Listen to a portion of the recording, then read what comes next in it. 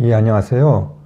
제가 국민의힘 임요한 최고위원이 이재명 민주당 대표에 대해서 한 발언을 소개하도록 할게요. 상당한 설득력이 있는 것 같습니다.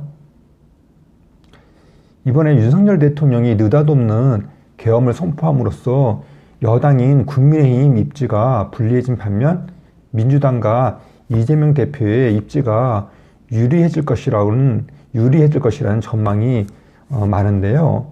하지만 이런 전망이 금세 사그라들 것 같습니다.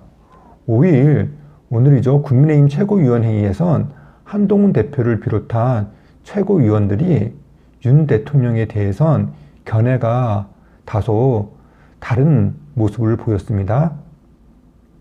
하지만 이재명 대표와 민주당에 대해선 한 목소리를 냈습니다.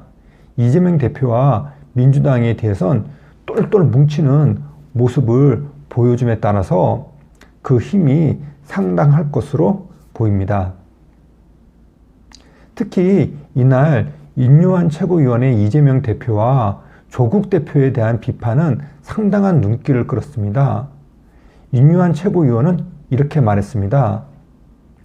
내가 제일 언짢게 생각하는 것은 조국 대표와 이재명 대표가 마치 무슨 애국지사나 애국열사처럼 행동하는 것으로 매우 불쾌하다.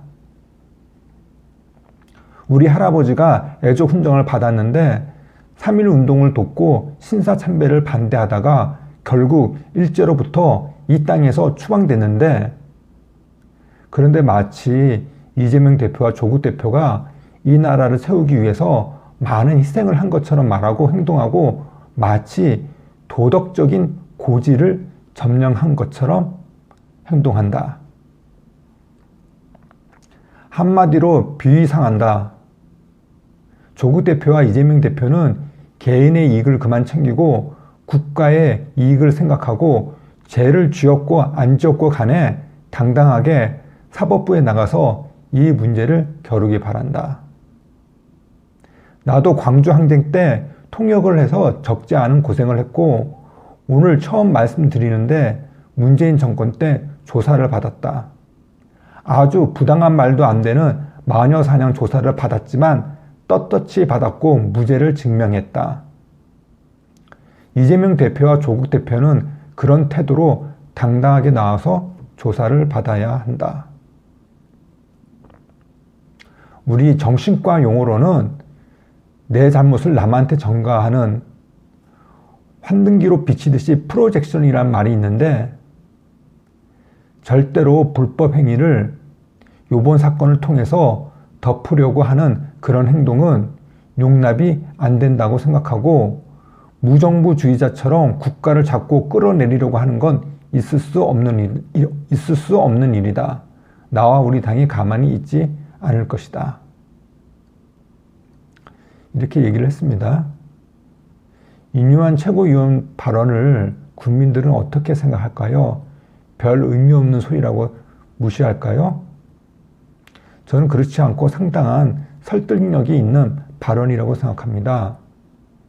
여러분들은 어떻게 생각하시나요? 이날 임요한 최고위원은 이런 말도 했습니다.